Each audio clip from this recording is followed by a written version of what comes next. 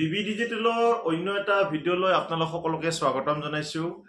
আমি বিভিন্ন ধৰণৰ এক্সামৰ আহিবলগীয়া বিভিন্ন শিতানৰ আমি প্ৰশ্নৰ উত্তৰ আলোচনা কৰিছোঁ। আজি আমি গণিতৰ শতাংশৰ ওপৰত এটি সৰু খণ্ড আপোনালোকৰ ওচৰত আগবঢ়াইছোঁ। ইয়াতে আমাৰ এটি প্ৰশ্নৰ ওপৰত আমি কিছু কথা ক'ম, গতিকে আৰম্ভণিৰ পৰা ভিডিঅ'টো আপোনালোকে মনোযোগ দি চাব। ইয়াতে প্ৰশ্নটো কি দিয়া আছে আমি প্ৰথমতে সেইটো চাই ল'ব লাগিব। ইয়াতে কি দিয়া আছে, কোনো এটা পৰীক্ষাত পৰাগতকৈ দিলীপে 10% অধিক নম্বৰ লাভ কৰে। 10% অধিক নম্বৰ লাভ কৰা বুলি কৈছে। তাৰপিছত পৰাগে মনোজতকৈ 25% কম নম্বৰ লাভ কৰে। মনোজে দৰ্শনতকৈ 20% অধিক নম্বৰ লাভ কৰে। যদি দৰ্শনে 300 নম্বৰ লাভ কৰে তেন্তে দিলীপৰ নম্বৰ কিমান হ'ব? ইয়াতে অপশ্যন কেইটা কি দিয়া আছে চাই ল'ব। এ 300, বি 997, চি 297, চি 298 আৰু ডি 296। এতিয়া এই অংকটো আমি কেনেধৰণে কৰিম? এই অংকটো কৰাৰ ক্ষেত্ৰত প্ৰথমতে আমাৰ ইয়াৰ কণ্ডিশ্যন বিলাক চাই ল'ব লাগিব। ইয়াতে কি দিছে, পৰাগতকৈ দিলীপে 10% অধিক নম্বৰ লাভ কৰে। পৰাগে মনোজতকৈ 20% কম নম্বৰ লাভ কৰে। মনোজে দৰ্শনতকৈ 20% অধিক নম্বৰ লাভ কৰে। ইয়াতে যদি আমি খুব ভালদৰে চাওঁ তেতিয়া আমি দেখা পাওঁ এই দৰ্শনৰ যিটো নম্বৰ তাৰ ওপৰত মনোজৰ নম্বৰটো নিৰ্ভৰ কৰি আছে, আৰু মনোজৰ নম্বৰৰ ওপৰত পৰাগৰ নম্বৰ নিৰ্ভৰ কৰি আছে, আৰু পৰাগৰ নম্বৰৰ ওপৰত দিলীপৰ নম্বৰ নিৰ্ভৰ কৰি আছে। এই বাক্য দুটাৰ পৰা আমি এই কথাখিনি গম পাওঁ। এতিয়া আমি এইটো কেনেধৰণে আগবাঢ়িম?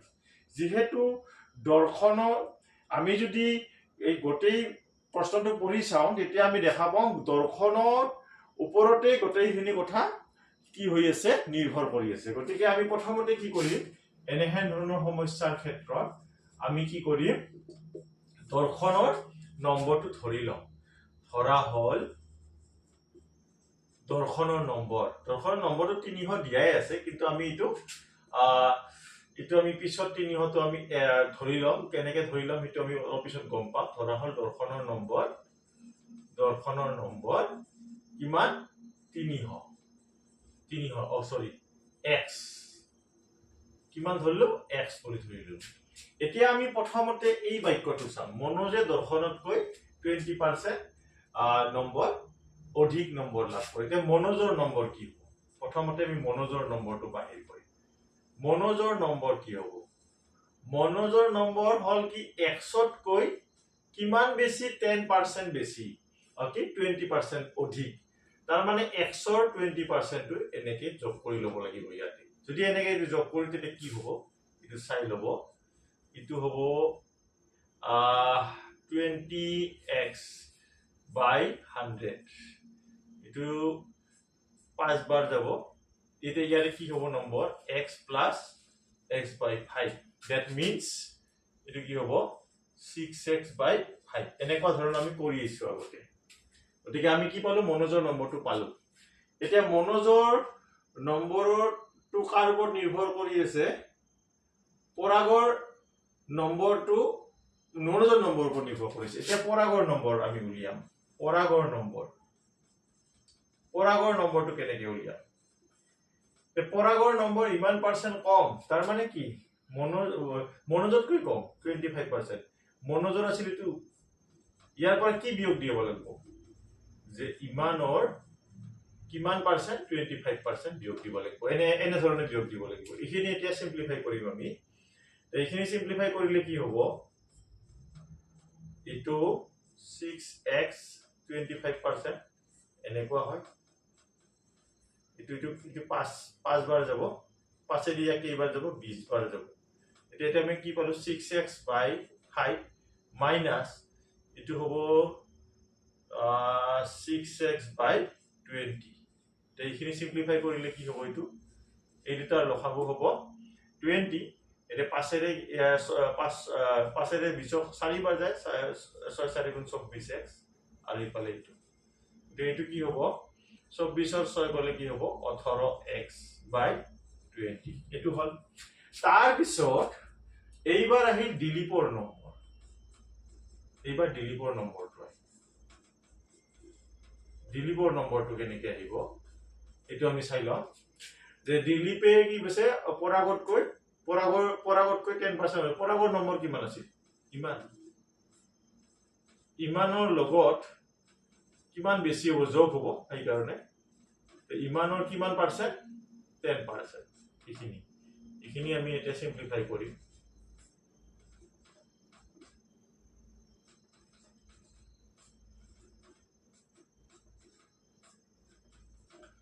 এটো ক্যান্সেল এটা কি হ'ব ইয়াতে 18x by 20 আৰু এইটো 200 তাৰ পিছত এইটো হ'ব 18x এইখিনি এটা কি হ'ব ইহতৰ লসাগু ওলালে 200x 200 হ'ব এইটো 180x আৰু এইটো হ'ব 18x এইটো কি হ'ব এতিয়া 200 এইটো 8 ইফালে হ'ব 9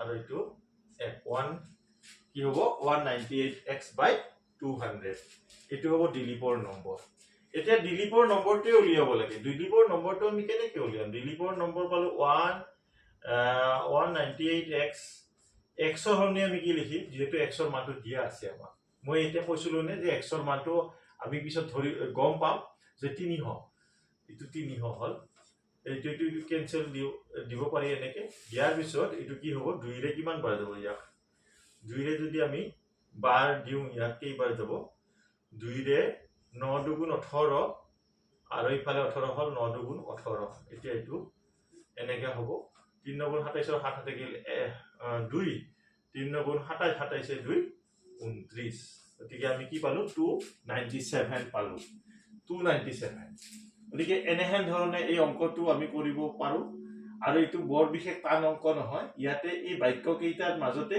অংকটোৰ সমাধানটো লুকাই আছে আমি প্ৰথমতে দৰ্শনৰ নম্বৰটো ধৰি লৈছো দৰ্শনৰ নম্বৰৰ ওপৰত মনোজৰ নম্বৰ নিৰ্ভৰ কৰি আছে গতিকে মনোজৰ নম্বৰ তাৰ পৰা বাহিৰ কৰিব পাৰিম আৰু মনোজৰ নম্বৰৰ ওপৰত পৰাগৰ নম্বৰ নিৰ্ভৰ কৰি আছে গতিকে আমি তাৰ পৰা পৰাগৰ নম্বৰ বাহিৰ কৰিলো এনেকে পালো তাৰ পিছত পৰাগৰ নম্বৰৰ ওপৰত দিলীপৰ নম্বৰ নিৰ্ভৰ কৰি আছে গতিকে দিলীপৰ নম্বৰটো আমি এনেকে সিম্পলিফাই কৰি এনেকে বাহিৰ কৰিলো আৰু তেতিয়া আমি x ৰ যেটো মান সেই x ৰ মানটো বহুৱাই দিলে আমি এক্সাক্ট দিলীপৰ নম্বৰটো পাই যাম গতিকে আমি এনেহেন ধৰণে খুব সহজতে এই সমস্যাটোৰ সমাধান কৰিব পাৰো ইয়াতে অপচন আমি যদি অপচনেল হিচাপত দিয়া থাকে এই কোৱেশ্চনটোৰ এনসাৰটো কি হ'ব 297 যেটো বি নম্বৰ অপচনত আছে গতিকে এনেহেন ধৰণৰ প্ৰবলেম বিভিন্ন ধৰণৰ এক্সামত আহাৰ খুবেই চান্স থাকে গতিকে আপোনালোকে এনেহেন ধৰণৰ সমস্যা অলপমান ধৈৰ্য ধৰি যদি কৰা যায় তেতিয়া খুব সহজতে